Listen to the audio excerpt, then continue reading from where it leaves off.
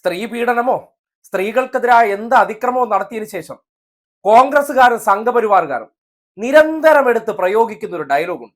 സന്ദേശ സിനിമയിൽ തറവാട്ടിപ്പറന്ന ശ്രീനിവാസനും സത്യനന്ദിക്കാടും ചേർന്ന് അവർക്ക് വേണ്ടി ഒരുക്കി കൊടുത്ത ആ സിനിമ ഡയലോഗ്. ക്രിയാത്മകമായ ഈ ചർച്ചയിലൂടെ ഉരുത്തിരിഞ്ഞു വന്ന ഒരു കാര്യം ഞാൻ പറയാം. ഒന്ന്, INSP, അതായത് നമ്മുടെ പ്രധാന എതിരാളി, അവരിൽ ചില കൊള്ളാമെന്ന ചെറുപ്പക്കാർ രംഗത്ത് വന്നിട്ടുണ്ട്. ആളുകൾക്ക് അവരോട് വലിയ മതിപ്പാ. ആ മതിപ്പ് പൊളിക്കുകയാണ് നമ്മൾ ചെയ്യുന്നത്. വളരെ കറക്റ്റ്.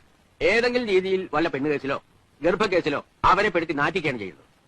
ജനങ്ങൾ അവരെ കാർക്കിച്ചൊതുപ്പുന്ന ഒരു പരിസ്ഥിതിയിൽ എത്തിച്ചാൽ നമ്മൾ ജയിച്ചു. എന്ത് തെമ്മാടുത്തനോ എന്ത് തോന്നിയാസോ കാണിക്കാം. കാണിച്ചതിന് ശേഷം കൈയോടെ പിടിക്കപ്പെടുമ്പോൾ നിങ്ങൾക്കെടുത്ത് പ്രയോഗിക്കാൻ വേണ്ടി ഞങ്ങൾ നിങ്ങൾക്ക് വേണ്ടി എല്ലാ കാലവും സുരക്ഷിത കവചമാക്കി എടുത്ത് പ്രയോഗിക്കാൻ കഴിയുന്ന ഒരു വാചകം, അതായിരുന്നു ഇത്.